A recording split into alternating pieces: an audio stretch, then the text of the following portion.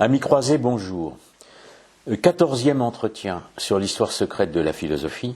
Aujourd'hui, je vais vous parler de Rousseau. C'est le dernier philosophe dont je traite dans mon livre qui est Le siècle des ténèbres. Et il représente, après Voltaire, le deuxième des pires philosophes des ténèbres. Je vais commencer par citer simplement une phrase du contrat social qui dit tout. L'État, à l'égard de ses membres, est maître de tous leurs biens par le contrat social, qui dans l'État sert de base à tous les droits. Donc le deuxième grand ancêtre des droits de l'homme considère que tous les droits des humains appartiennent à l'État. C'est ce que nous vivons. Aujourd'hui, l'État décide pour nous, politiquement, et l'État décide de nos biens, puisque finalement, la France, notamment, est tombée dans le socialisme depuis 1981, et qu'elle l'est toujours, puisque la moitié du gouvernement actuel est composée de socialistes, avis aux personnes dites de droite qui seraient susceptibles de voter pour un petit despote. L'État aujourd'hui décide de notre corps, nous ne maîtrisons plus notre corps, on peut nous piquer. C'est cette dictature piquée avec un vaccin qui n'est pas un vaccin, donc ça n'est vraiment qu'un prétexte. C'est la première étape vers une dictature numérique où nous vivrons comme en Chine, c'est-à-dire avec un contrôle permanent des individus. Et puis, troisième mise sous tutelle de l'État, ce sont nos esprits. Et c'est pour ça que cette 14e conférence s'inscrit dans la même optique que la première, c'est-à-dire libérons déjà nos esprits pour nous libérer des oppressions politiques. C'est pour ça que je mène cette croisade culturelle. Donc, je vais vous parler de Rousseau parce que, au même titre que Voltaire, le XVIIIe siècle est le siècle de Voltaire et aussi le siècle de Rousseau, Voltaire a gagné, ce que j'ai dit la dernière fois, et Rousseau a quasiment gagné aujourd'hui. Ce qu'il faut d'abord dire, c'est que Voltaire était un imposteur du cœur, de la raison, et que Rousseau, lui, est un imposteur du cœur. Le sentimentalisme n'est pas le cœur au sens chrétien, car le cœur au sens chrétien implique la charité, on le sait depuis saint Paul. C'est toute l'erreur de Luther, donc Rousseau est un protestant, donc c'est pour ça qu'il se trompe. C'est toute l'erreur de Luther, n'est-ce pas, qui avait dans sa doctrine pseudo-réforme parlé d'une foi sans les œuvres. Non, notre foi doit s'accompagner d'un agir de nos œuvres. Rousseau est protestant et il est surtout calviniste. Il naît à Genève et il est calviniste. Et je rappelle que Calvin était l'ayatollah de Genève, c'est-à-dire que c'était un intolérant, violent. Donc j'appelle cette conférence de l'utopie à la violence, puisqu'il y a une utopie rousseauiste qui va provoquer les violences révolutionnaires, et que Calvin lui-même était déjà très violent, donnant un seul exemple, n'est-ce pas, c'est que quand on célébrait la messe à Genève, on était condamné à mort. Donc je pense qu'effectivement les calvinistes ont des leçons de tolérance à donner aux catholiques. Je clôt la parenthèse. Rousseau s'inscrit dans la suite des erreurs de Fénelon qui avait promu une foi irrationnelle, alors que la foi chrétienne est une adhésion à un dogme qui est rationnel. Et il s'inscrit dans un mouvement à la fois littéraire et philosophique qui est une réaction contre le faux rationalisme de Voltaire ou d'autres encyclopédistes, donc une réaction du sentiment, si l'on veut. Il est précédé par Vauvenargues, qui est évidemment dont les maximes sont admirables, et qui est un des premiers à promouvoir un culte du moi. Ce culte du moi, on va le trouver dans Rousseau, donc dans mon livre, je l'appelle l'initié du nombril, parce que finalement, la seule sensibilité, voire sensiblerie qu'il a, c'est à l'égard de lui-même et pas des autres. Et il va transmettre cette erreur aux romantiques, et les romantiques seront pour la plupart des francs-maçons. Rousseau lui-même, donc, il est né, ses dates c'est 1712-1778, il n'est pas franc-maçon, il n'est pas reconnu comme franc-maçon, mais il passe sa vie entouré de francs-maçons et comme Voltaire à servir la cause de la franc-maçonnerie. Il a sur ces erreurs un certain nombre d'excuses. On va commencer par plaider des excuses. Il naît dans la Genève calviniste. Sa mère meurt en accouchant, donc il n'a jamais connu sa mère. Et il va être toute sa vie en quête de féminin, en quête d'amour et en quête de féminin, dans les deux sens du terme, c'est-à-dire pour les femmes et également du féminin ésotérique, évidemment ce qui m'intéresse plus. Son père est un horloger, un petit horloger par comparaison à des plus grands, et il place l'enfant à la campagne, donc il ne s'occupe pas de son enfant. Et vous savez que Rousseau est placé auprès d'un pasteur dont il s'inspirera pour le personnage du vicaire savoyard, qui est connu. Et quand il est à la campagne, tout seul, il se plonge dans les livres et dans le rêve. Je pense que beaucoup d'adolescents peuvent vivre ce genre d'expérience. Et il va sortir du rêve parce qu'on le place adolescent comme apprenti chez un graveur à Genève. Donc ce sont toujours les livres, mais avec l'encre sur les doigts. Et Rousseau est maltraité. Et il s'enfuit, et il vagabonde, et il a la chance d'être recueilli par Madame de Warens. Madame de Warens qui recueille les catholiques qui sont poursuivis, et elle recueille Rousseau, et il faut appeler les choses par leur nom. Rousseau devient le gigolo de Madame de Warens. Il l'appelle maman, mais il y a au-delà de cette affection sûrement des rapports. Et elle réussit, c'est la grande chance de Rousseau au départ, il aurait pu sauver son âme, mais elle réussit à le persuader de se convertir au catholicisme. Donc Rousseau devient catholique, mais c'est par intérêt, c'est pour continuer à être entretenu. Et dès qu'il va quitter Madame de Warens, quand il aura un concurrent et il partira, et il va tout de suite apostasier et redevenir protestant. Toute la vie de Rousseau est la vie d'un auteur protestant. J'y insiste parce que cette hérésie a déjà provoqué beaucoup les guerres de religion, et ensuite les protestants sont à l'origine de la création de la franc-maçonnerie. Il va à Paris, après je passe sur un salon d'errance, il va à Paris où il continue à être gigolo, il faut appeler les choses par leur nom, et il l'est notamment de deux femmes de financiers, et l'une d'entre elles réussit à le faire placer dans une ambassade à Venise. C'est à Venise, alors Venise n'est pas n'importe quelle ville, n'oublions pas que c'était la ville mythique de la République de Montaigne, et c'est une ville où il y a eu une secte des Lumières, qui a promu les Lumières, et c'est une ville où il y a des illuminés, entre autres. Et quand il rentre à Paris, alors il apprend, il dit lui-même dans les Confessions que c'est à Venise qu'il a découvert les mystères et les arcanes de la politique. Donc entendons-nous, c'est à Venise qu'il a compris qu'il y avait déjà à l'époque, derrière la politique apparente, des sociétés secrètes et qui étaient infiltrées. Quand il rentre à Paris, il se lie d'amitié avec Diderot. Alors on ne sait pas comment il connaît Diderot, mais il y a peut-être un lien avec ce que je viens de dire. Et Diderot étant évidemment va devenir le grand maître de l'encyclopédie maçonnique. J'ai déjà raconté ça dans une autre conférence. Et Rousseau va participer à l'encyclopédie. L'encyclopédie, œuvre maçonnique, entourée de maçons, même si lui ne l'est pas. Il a une différence avec les autres, c'est que beaucoup des littérateurs philosophes du XVIIIe sont des nantis, ce sont des gens qui sont des apostats, des athées, mais enfin qui ont de l'argent, dont Voltaire évidemment, tandis que lui il n'a rien, et il va définitivement se couper de la bonne société, si on veut employer ce terme. En 1745, il va s'accoupler avec une servante, donc il aura 5 enfants. Et ces 5 enfants, il va les placer aux enfants trouvés, n'est-ce pas, c'est connu. Donc Rousseau, qui a souffert, qui avait des excuses, qui a souffert dans son enfance de ne pas avoir de mère, de ne pas être élevé par son père, va se montrer lui-même un père indigne, puisqu'il abandonne ses enfants. Et je pense que la souffrance qu'il avait subie n'excuse pas celle qu'il a fait subir à ses enfants. Je continue sa carrière, parce qu'en fait, ce qui l'anime, c'est l'ambition. Donc, il sacrifie ses enfants à son ambition. En 1749, c'est le fameux épisode de l'illumination de Vincennes.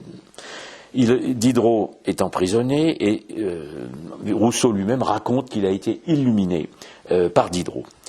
Illuminé, question, l'a-t-il été à Venise avant Diderot. Diderot est-il apte à illuminer? De quelle illumination s'agit-il? Personne ne le sait. Mais en 1750, il écrit un premier discours qui va le rendre célèbre. C'est le discours sur les sciences et les arts.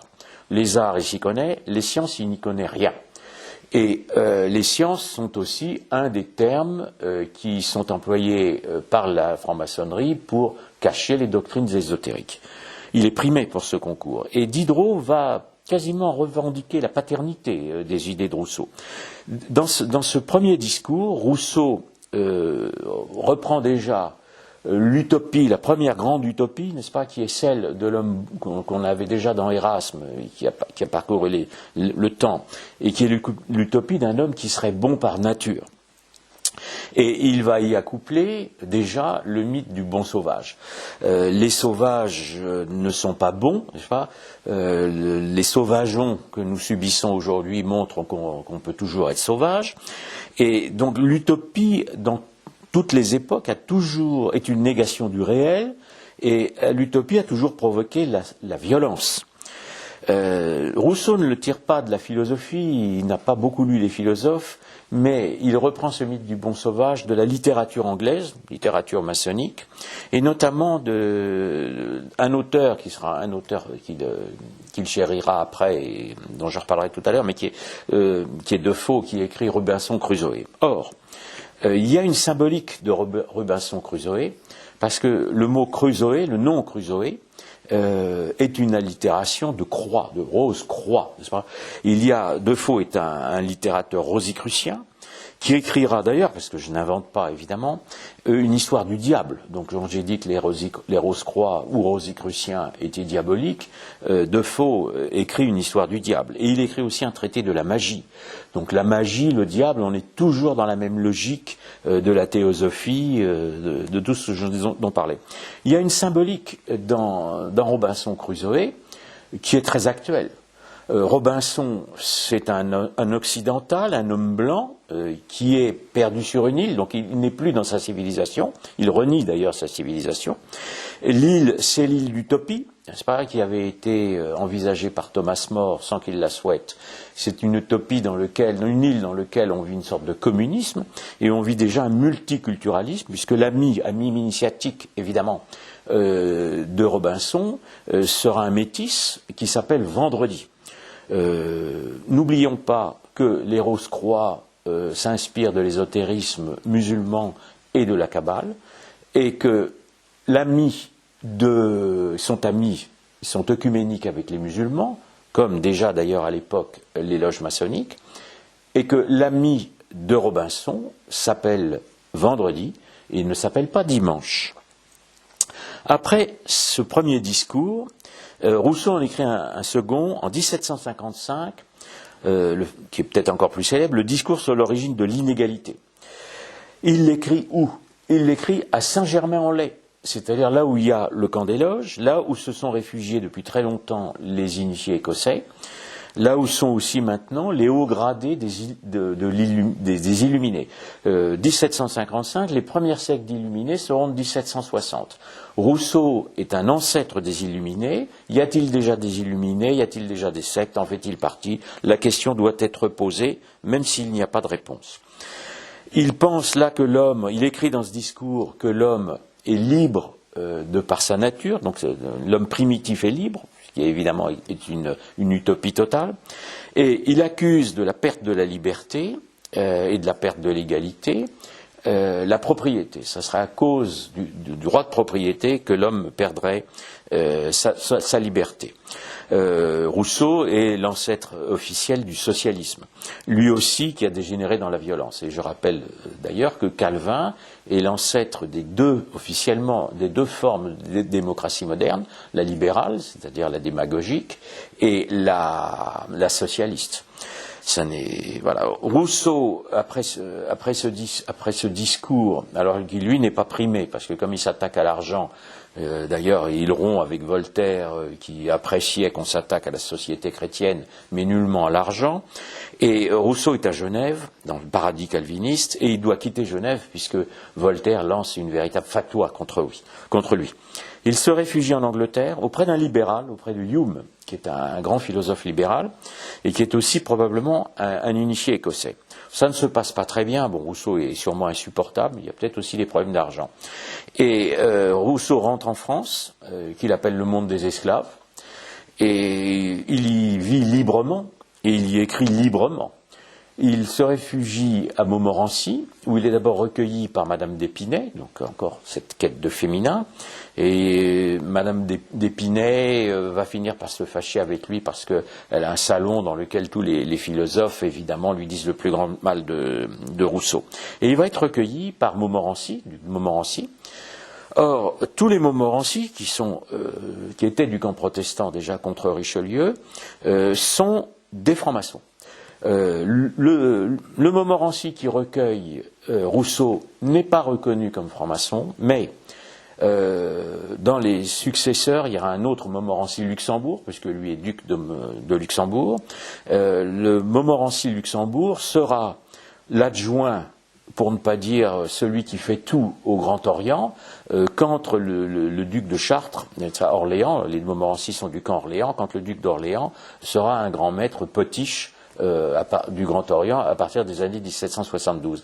Donc il y a une famille Montmorency qui est dans les loges maçonniques. Quand il est chez Madame d'Épinay, alors il écrit, à ce moment-là, on est dans les années 1761, il écrit la Nouvelle Héloïse. La Nouvelle Héloïse, c'est le nouveau féminin par rapport à l'ancienne Héloïse. L'Héloïse qui avait aimé Abélard, n'est-ce pas, s'était retirée dans un couvent. La Nouvelle Héloïse, elle ne respecte pas la morale chrétienne. La Nouvelle Héloïse vit ses amours. Elle est amoureuse de Saint-Preux qui est Rousseau lui-même, il s'identifie au personnage, et qui est qui rompt, dans la Nouvelle Héloïse, Saint-Preux et Héloïse rompent avec les mœurs chrétiennes. D'abord parce que Saint-Preux enseigne à Héloïse, qui est son élève, donc on peut presque dire qu'il est pédophile. Rousseau commence à vieillir, et après avoir été gigolo de dames plus âgées, s'intéresse à des femmes plus jeunes. Ensuite, il fait un certain nombre d'apologies dans ce livre, des amours libres évidemment, mais aussi du suicide. C'est une des premières fois en littérature que l'on fait une apologie du suicide. N'oublions pas que le diable veut la mort de l'homme, donc il pousse l'homme à se suicider, et qu'un chrétien évidemment ne doit pas se suicider, car il a un devoir de vivre jusqu'à sa fin naturelle. On retrouve aussi dans la Nouvelle Héloïse, alors vous savez que dans la mythologie des Rose-Croix, notamment les noces chimiques de Rosenkreutz, le nouveau féminin, parce que la Nouvelle Héloïse est évidemment le nouveau féminin, et le nouveau masculin était nourri par le sang du phénix, et le sang du phénix c'était la philosophie. Et cette Nouvelle Héloïse, on lui apprend évidemment la philosophie naturaliste, c'est-à-dire de la nature, il y a déjà un culte de la nature dans la Nouvelle Héloïse, avec pour la première fois le symbole de la montagne, qui est la montagne magique, qui est évidemment le littérateur ésotérique Thomas Mann y fera référence, et qu'on va retrouver comme symbole dans la Révolution, puisque vous aurez le symbole, le parti de la montagne, et il y avait dans l'islam, dans la fameuse secte des assassins, qui prenaient du hashish avant de tuer, d'où le mot assassin, le vieux de la montagne qui était le grand maître de la secte des assassins. Il n'y a pas de doute que le symbole de la montagne qui va atteindre la Révolution française est un symbole qui reprend cette extermination des chrétiens qui avait commencé avec l'islam. Pas uniquement des chrétiens, mais des chrétiens. Deuxième livre, qui est le pendant de la Nouvelle Héloïse, c'est l'Émile. Là, on va nourrir avec la philosophie non plus une jeune fille, mais un jeune homme, qui est un jeune homme fictif. N'oublions pas que Rousseau a eu 5 enfants, mais là, il va éduquer un enfant qui est un enfant idéal, puisqu'il a abandonné les 5. C'est un manuel d'éducation, donc c'est déjà assez scandaleux qu'il écrive un manuel d'éducation après la façon dont il s'est conduit. Ce qui est très intéressant dans l'Émile, c'est que tout ce qui est prôné dans l'Émile, c'est l'enseignement d'aujourd'hui. Parce qu'il y a déjà qui est avec le gauchisme, ce qu'on appelle l'enseignement non cognitif, c'est-à-dire la table rase de la culture, qui permet d'embrigader les enfants pour la Révolution. C'est ce que veut Rousseau. Donc les enfants, l'Émile n'a pas le droit de lire, on ne lit plus, sauf trois livres. Robinson Crusoe, dont j'ai déjà parlé, Fénelon, donc c'est l'apologie, l'amour du genre humain, on est déjà dans le cosmopolitisme avec Fénelon, et Plutarque. Plutarque, c'était un initié égyptien qui avait déjà inspiré un certain nombre d'humanistes. Donc voilà la restriction qui reste à l'absence de culture. Le but, c'est de faire table rase, n'est-ce pas, du passé, c'est-à-dire de l'Occident, de tout le passé occidental, toute la culture occidentale, et évidemment du catholicisme. Il y a un personnage qui ressort dans l'Émile, qui est aussi d'une actualité totale, c'est le fameux vicaire savoyard. Alors ce vicaire savoyard va reprendre un certain nombre des errements humanistes, des errements de Voltaire, et va en fait promouvoir une religion qui est relativiste. Pour Rousseau, va reprendre ce mythe, cette erreur, n'est-ce pas, du relativisme, qui n'existe pas en matière religieuse. Rousseau écrit, à propos des révélations, des religions révélées, « Leur révélation ne faut que dégrader Dieu en lui donnant les passions humaines.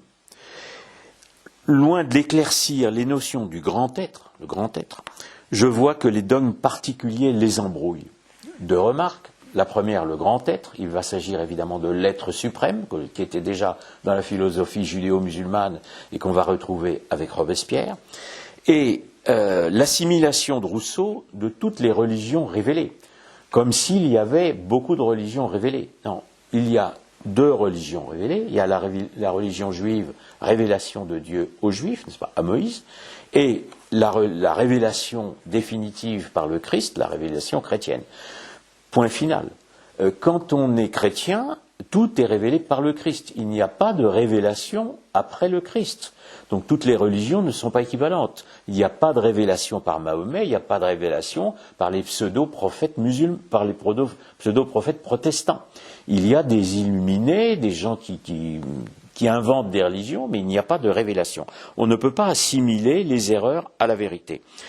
C'est vraiment l'origine des erreurs actuelles, n'est-ce pas, de croire que toutes les religions sont équivalentes.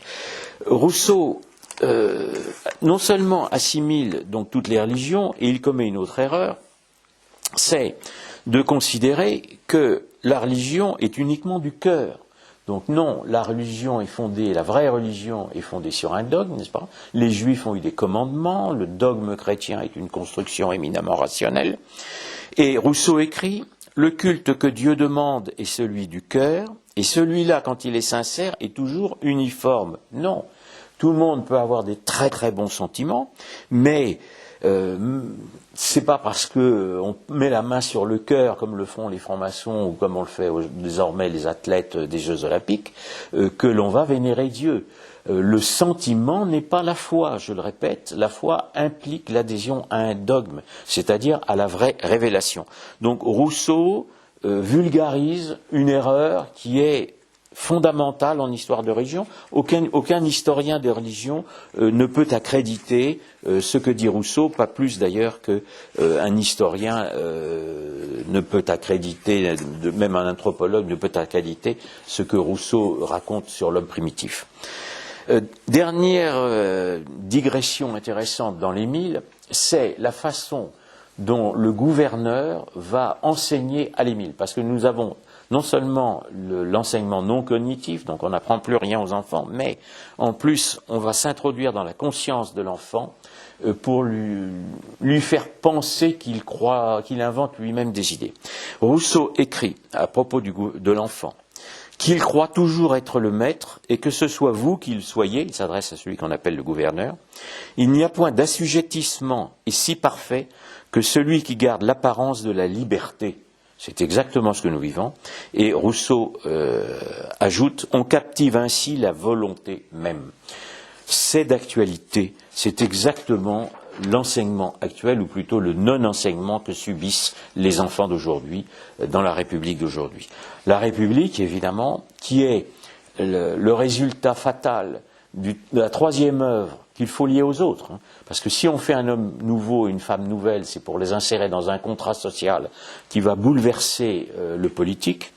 C'est-à-dire qu'on va passer d'un politique qui était vertical, le pouvoir vient de Dieu, le roi est le représentant de Dieu sur terre, à un politique horizontal où ce sont les hommes qui vont construire leur propre politique. Là-dessus, Rousseau n'innove pas. Il reprend les thèses de Hobbes, de Locke et de Spinoza, c'est les philosophes cartésiens. Je rappellerai brièvement que Hobbes avait été complice de Cromwell, qui avait massacré les catholiques, que Locke était complice de la Révolution anglaise qui avait massacré les catholiques, et que Spinoza appelait à une religion civile qui éradiquerait le catholicisme par le biais du laïcisme. Dans le contrat social, donc, Rousseau développe un nouveau mythe, qui est le mythe égalitariste, n'est-ce pas, l'égalité naturelle des hommes, et il prône aussi le despotisme de la volonté générale. C'est-à-dire que ça ne sera plus un despote, comme les despotes républicains qu'il y avait pu y avoir à la Renaissance et comme nous en subissons. C'est une volonté générale qui va décider comme si le peuple avait une volonté. Rousseau écrit, alors voilà le mythe, la volonté générale est toujours droite, mais le jugement qui la guide n'est pas toujours éclairé. Donc, il faut quand même éclairer la volonté générale. Et il ajoute, que ce soit pour le particulier ou le public, tous ont également besoin de guides pour apprendre au peuple à connaître ce qu'il veut. Donc en vérité, ce n'est pas la volonté générale qui va s'exprimer, mais le peuple va devenir l'écho de la voix de ses maîtres. C'est ce qui se passe aujourd'hui. Il faut que le peuple vote pour qui on lui dit de voter, n'est-ce pas ? Voilà l'actualité de Rousseau, voilà toute l'utopie. Deuxième digression que l'on peut faire, c'est que Léros croit Andrea et Francis Bacon, quand dans sa Nouvelle Atlantide, demandaient qu'une république soit créée, mais qu'elle soit dirigée en secret par ce qu'ils appelaient la maison de Salomon, c'est-à-dire par ce que va devenir la franc-maçonnerie.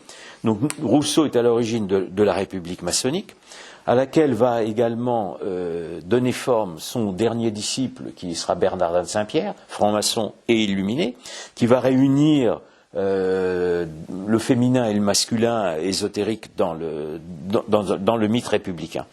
Et il va réussir l'union des illuminés qui provoqueront la révolution. Parce que le problème, c'est que les guides, évidemment, pour ceux qui doivent guider le peuple, ce seront les francs-maçons, dans la maçonnerie libérale, mais qu'il y a eu des guides dans l'histoire qui se sont conduits d'une façon très différente.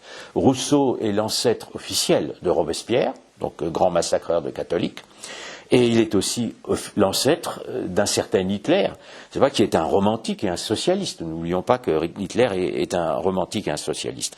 Voilà ce à quoi aboutit l'utopie rousseauiste, c'est-à-dire au massacre, n'est-ce pas, aux violences. Dernière actualité des mythologies de Rousseau, le culte de la nature. La nature n'est pas un jardin d'Éden, mais Rousseau est aussi un ancêtre des écologistes. Donc ce culte de la nature qui était également inculqué aux enfants aujourd'hui. Rousseau, par son œuvre, accompagne celle de Voltaire, celle des autres philosophes des ténèbres, et il va être un grand ancêtre de la Révolution, un grand ancêtre des droits de l'homme. Ce qu'il faut bien voir, c'est que la Révolution française va procéder au génocide des catholiques.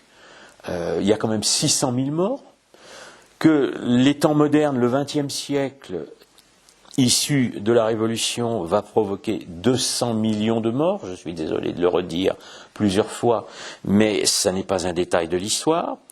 Et que donc nous assistons à une véritable inversion des valeurs. La pseudo-liberté, la pseudo-égalité, la liberté, ça nous mène à la dictature. L'égalité, ça nous amène à considérer le peuple comme du bétail. La fraternité, c'est la haine, n'est-ce pas? Le siècle des ténèbres, c'est le siècle de la haine. Le mondialisme que nous vivons est diabolique. Bon, et Rousseau a donc bien mérité de rentrer avec Voltaire, n'est-ce pas, au Panthéon, qui est l'antichambre de l'enfer. Voilà ce à quoi aboutit ce siècle des ténèbres par Rousseau et Voltaire, à l'enfer moderne, à la Révolution, à la déchristianisation, c'est-à-dire au retour du sacrificiel archaïque qui avait été aboli, je me permets de le rappeler, par le sacrifice du Fils de Dieu. Donc, la croisade culturelle dont je vous ai parlé pendant ces 14 conférences a pour but de faire table rase, de faire table rase de la table rase révolutionnaire, c'est-à-dire de rendre la France au Christ. Je vous remercie et je répète toujours la même chose, nous sommes des croisés. Merci.